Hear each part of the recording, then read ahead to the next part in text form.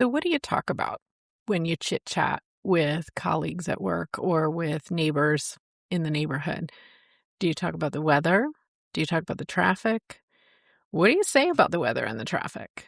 Is it, oh, I can't believe spring. We have no spring here. We've gone from cold to hot, which I say is the case where I am.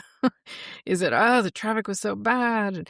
Is it always sharing complaints? Not even necessarily realizing it, just doing it as a habit. Listen to yourself. It could be that, and it does matter. So let's talk about it.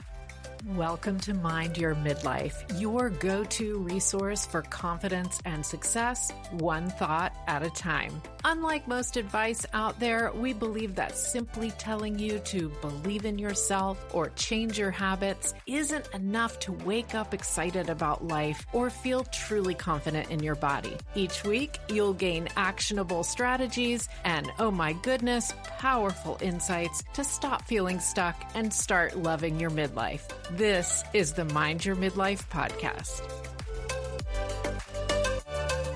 If you right away at the beginning of this episode felt like I had seen into your life and listened to your conversations, have no fear.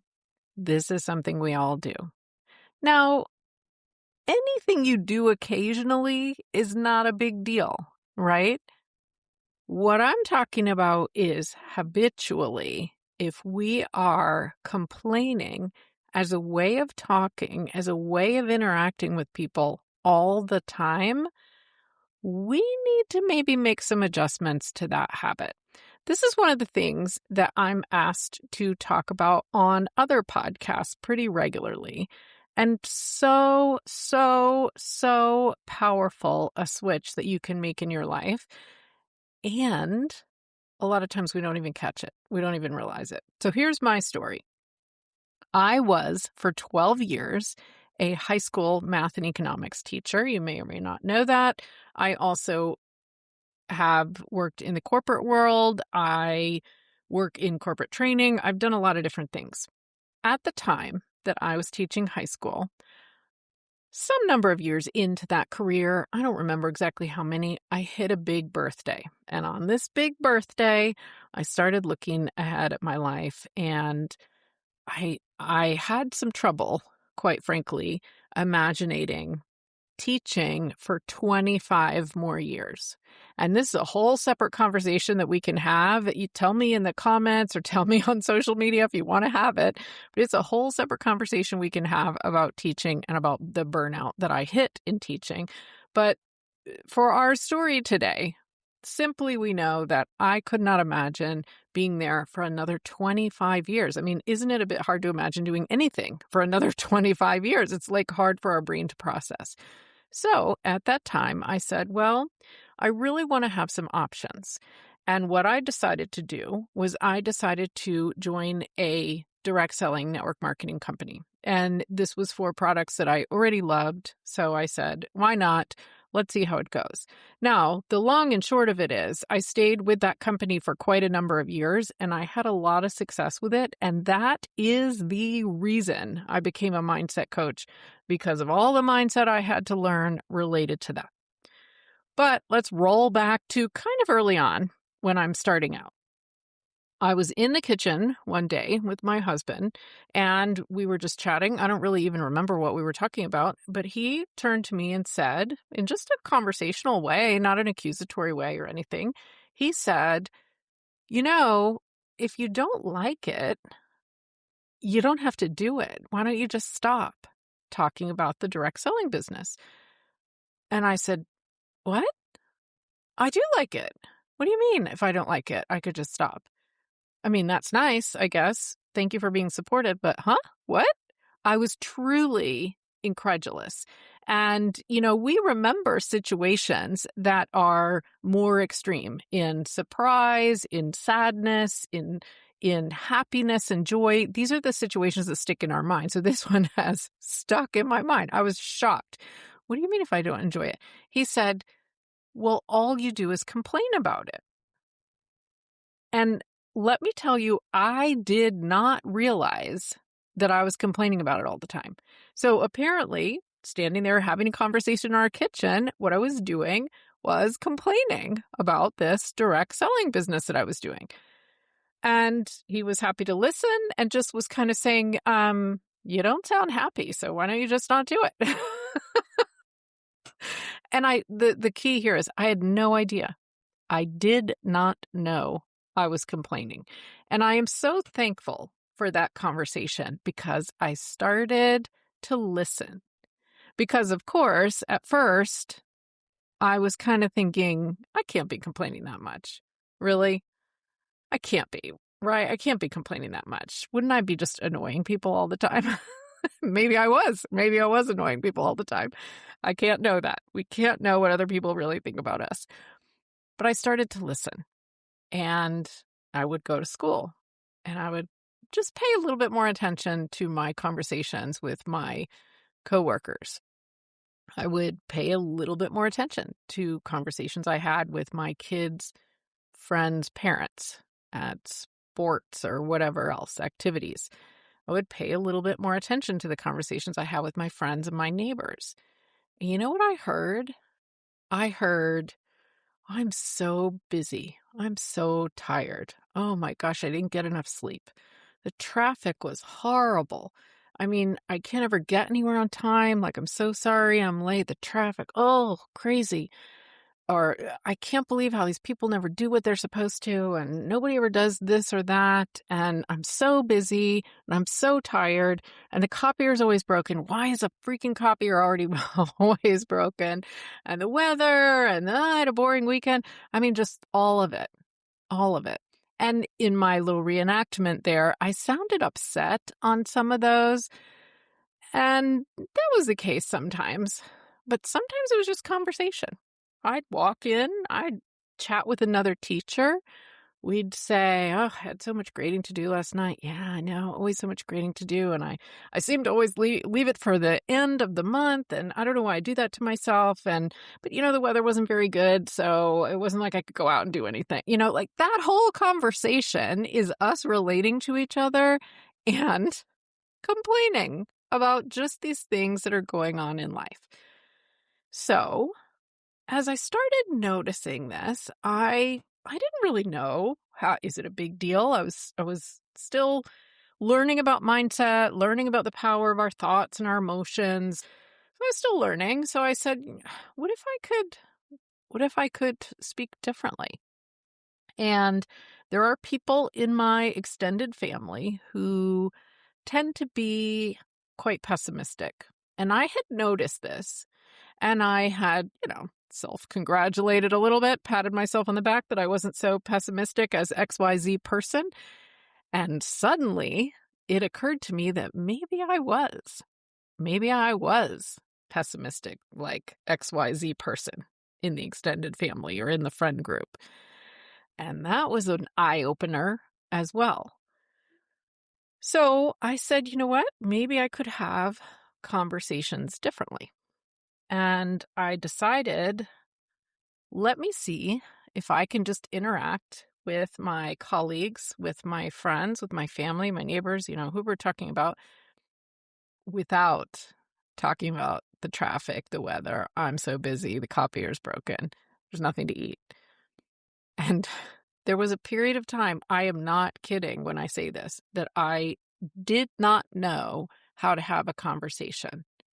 Truly. I did not have a clue what to say.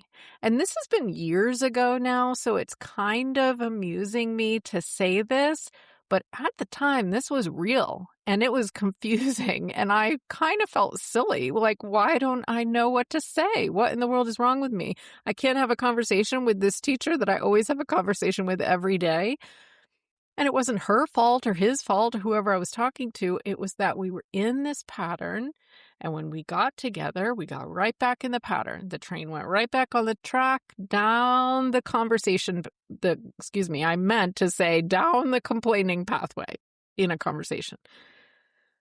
I didn't know what to say. And so I would listen And that's good too. That's a good way of communicating with other people. I would listen and then I would think to myself, I don't know what to say. Like, I don't want to say, yeah, isn't this terrible? Yeah, isn't this terrible? What in the world do I say? And eventually I did figure out some ways to have a conversation without complaining. And I'm going to share that with you. So let me just ask you, is this resonating? Are you feeling like, yeah, I think I see myself doing some of this too? Here's the problem. First of all, if we have these type of conversations, and I have a British friend who says, well, this is the way we British just talk. We talk about the weather. That's how we talk. And okay, culturally, right, we might all communicate differently in different situations, but there's a couple problems with complaining all the time, just sort of as our form of conversation. Number one, it keeps our interaction with other people very surface level. You're not learning anything real about whoever you're talking to if you're talking about complaining about the weather and how you're so busy. And they're not learning anything about you.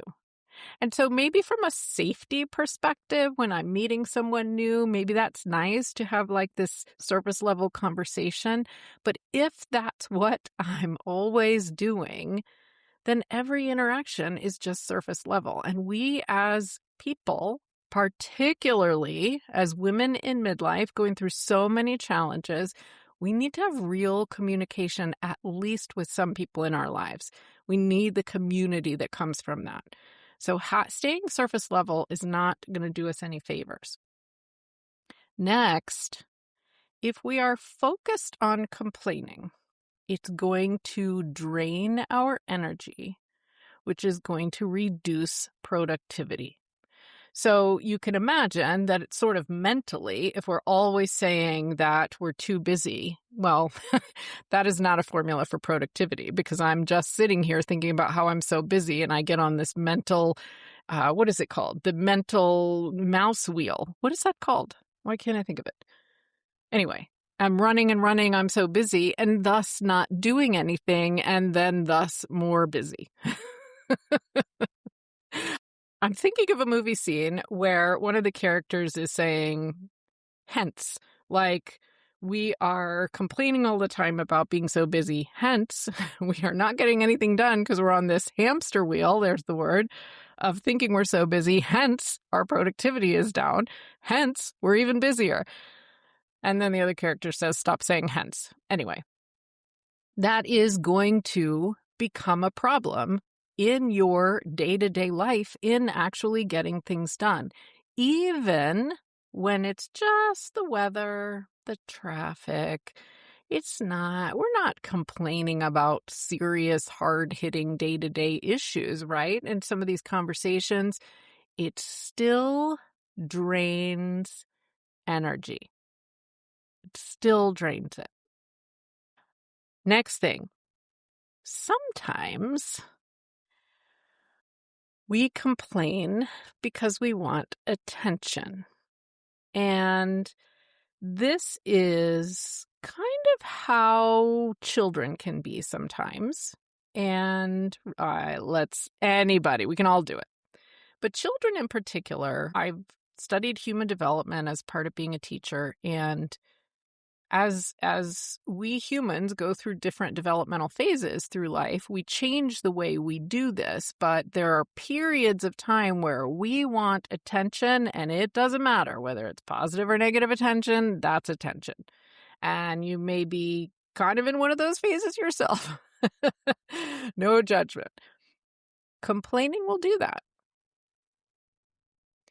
And it's getting a little bit normalized because of the just prevalence of these scary or negative stories that we see in the news and in the media as well. They want someone to notice and pay attention. We do this ourselves. When we complain about something that is hard, or even just, I'm so busy, I'm so busy, I'm so busy, we're wanting someone to notice us.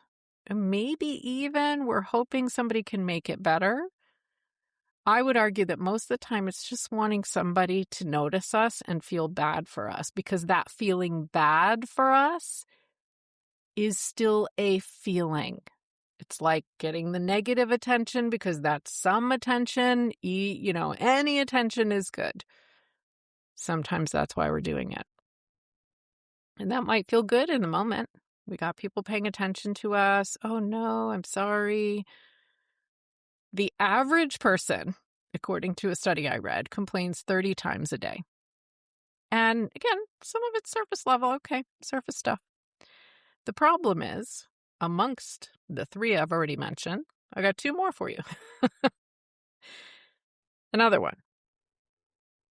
Sometimes we complain in order to make ourselves smaller. And this one hits me a little personally because I don't want this for you and I don't want this for me. If someone comes to us and says that something bad has happened, and I'm not talking about, a chronic illness, a death in the family. I'm just talking about, they got a flat tire or something kind of medium or low bad has happened. Sometimes we want to make them feel better by showing them our day was worse. So they're saying, I got a flat tire on my way in and, I figured it out, but ugh. And you're like, oh my gosh, my day, ugh, terrible.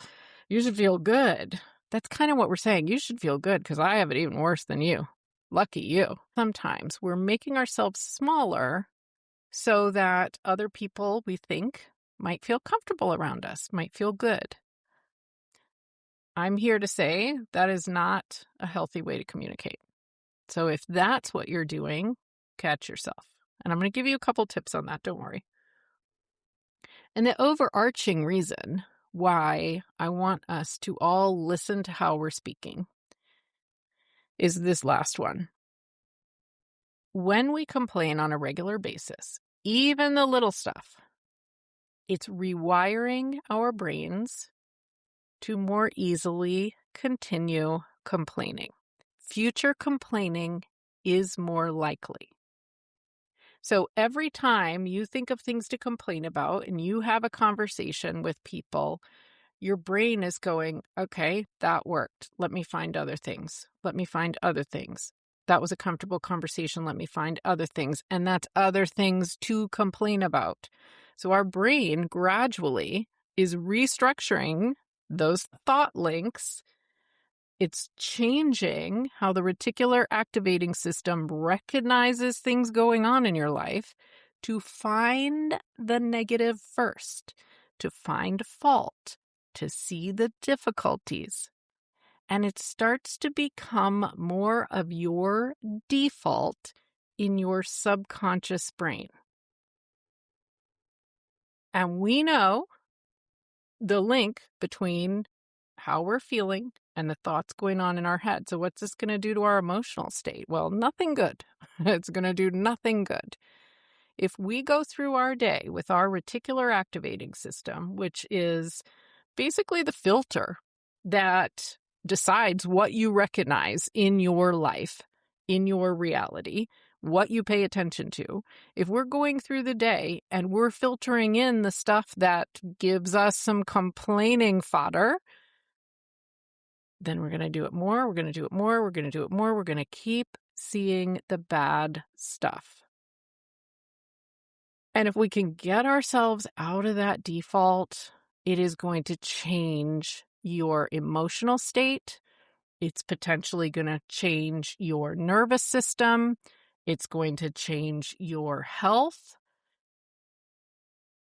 It's big. So maybe I've convinced you that complaining is an issue. And in fact, John Gordon wrote a book about the no complaining rule. And his simple rule was no complaining allowed unless the complainer also offers a solution to the problem. So that's an interesting one. I'm going to give you what I think we can try as we start to change, because as I said, I had some struggles with this. I had some struggles with actually changing my habit. He says you can complain, but only if you're also going to offer a solution. So let's take the copier. He says it's okay to say, oh, man, the copier's broken again. The copier's broken again. Can you tell teachers have an issue with this a lot? I don't know about nowadays. Maybe there's not as many copies being made as when I was teaching. But we had an issue a lot. So maybe I can vent that. And I could say, oh, the copier's broken again. Rah! And then I provide a solution. I say, I'm going to go get the service guy. I saw him around the corner in the science room. He was probably fixing their copier. Let me go get him. Let's take care of this.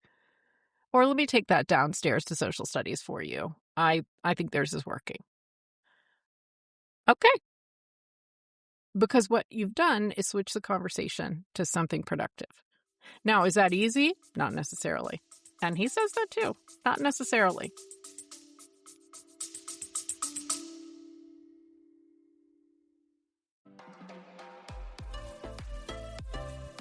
Okay, before we get into the second part of this episode, I want to share with you a little morning habit that's been an absolute game changer for me.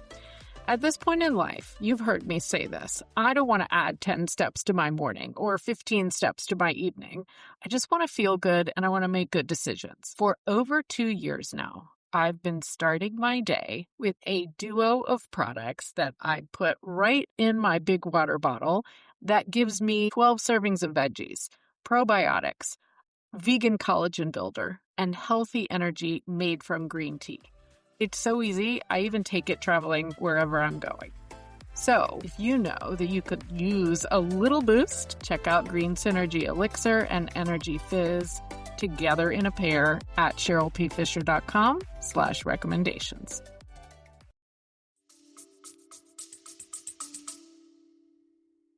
Our words, though, are creating thoughts. Our words are thoughts. They're in our head, they're coming out of our mouths, they're creating emotion, and that's affecting our action.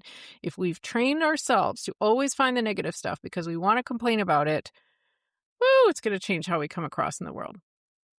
So when I decided that I was going to start to change this, as I said, I did not know how to have a conversation. Now, I'm going to tell you what I did, and I'm also going to tell you I'm not perfect. Nobody's perfect. We're not perfect. I do still complain. And sometimes I do it not in a healthy way. And sometimes I catch myself and sometimes I don't. Sometimes later I think, I was a little bit complaining in that whole scenario. Whoops. So it will still happen. Your brain is wired to skew a little bit negative because your brain is wired to protect you. We've talked about this many a time. And if you're at all uncomfortable in a situation, you might skew a little negative just as a protective mechanism. As long as we recognize it, we can always keep trying to do better. So I went through this phase where I did not know what to say. And the first thing I did was just listen. And I tried to respond to things people were saying in a way that showed I had been listening. But what I learned not to do is not to make them feel like what they were saying was something they shouldn't be saying. Because let me tell you, that's going to be a fast trip to nobody wants to talk to you. If someone says, oh my gosh, the traffic was terrible, and you say, oh, don't pay attention to that. Today's going to be a great day. Or that's a silly thing to worry about. Why are you talking about that? No. Nobody wants to talk to you if that's what you're going to do. So what I had to figure out is how could I redirect us, especially with people where we were both in the habit of just chit-chatting about the weather being bad and the traffic being bad, and we didn't even think anything about it. How can I redirect that and start creating new habits, but without being obnoxious, poly-positive? Because while I want you to try to think positive and find positive things, we have to feel our feelings and not tromp all over other people's. So what I ended up doing was coming up with a few questions that I would sort of always have in my brain that I could throw into a conversation that might direct us in a little bit different path. And I didn't just do this randomly in the middle of a conversation. Oh, the copier's broken. What are you looking forward to this weekend? We have to We have to be a little bit more subtle than that. We have to pay attention to what other people are saying and value what they're saying. And when I had an opportunity to participate and put something into the conversation, then I wanted to have something that was ready to go. So I had a couple. And I don't really keep these particular questions in my mind anymore the way I used to because my pattern of communication has changed. But at that time, I had a couple in my mind. I would be ready to ask what the person was looking forward to in the weekend. That's an easy one because we all are typically looking forward to the weekend. And so even if they just said, just hanging around the house, great. That's a good thing to look forward to. It just changed the tone of the conversation a little bit, even just for that little minute. Or let's say we just had a weekend. I would say, what was fun about your weekend? And I wouldn't say a yes or no. I wouldn't say, did you have fun this weekend or did you have a good weekend? I would say, what was good about your weekend?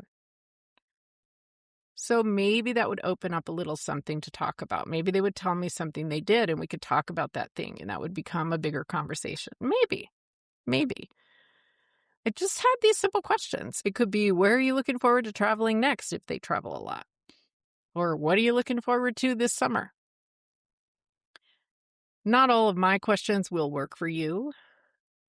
What I'm recommending is if this is a struggle for you and you're thinking, oh my goodness, I don't think I'm going to know how to have a conversation either, just like she said, have one or two of these in your mind so that you can throw them in when it's appropriate in a conversation and see if you can just change the energy of that conversation even a little bit. Every little shift matters.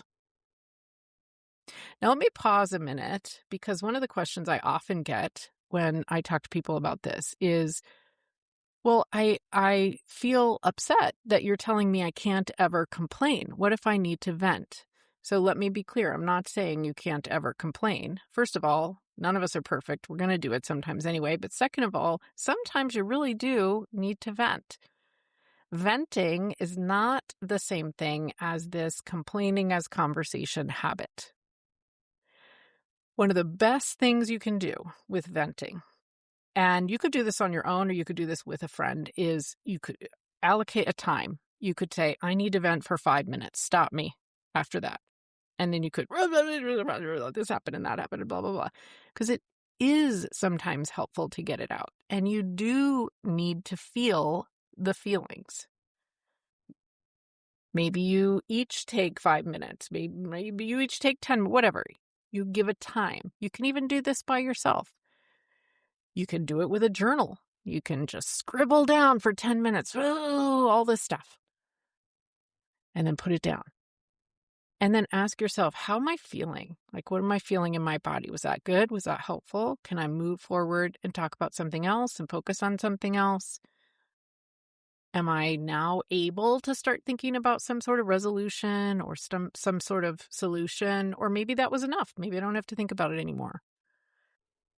And if you find yourself really venting hard a lot, then think about, is it making your situation better? Because it can, for sure. But I think we need to put fences around it a little bit. If it's not making your situation better, if it's not making you feel better, then maybe it's too much. Maybe it's too often. So we're making these gradual shifts where we have some ideas of what else to talk about. Well, first of all, we're just paying attention to our conversations, right? I want you to sort of be a little, I don't know, bird on your shoulder, angel on your shoulder, whatever, listening to your own conversations with other people and listening. Is this what I'm doing?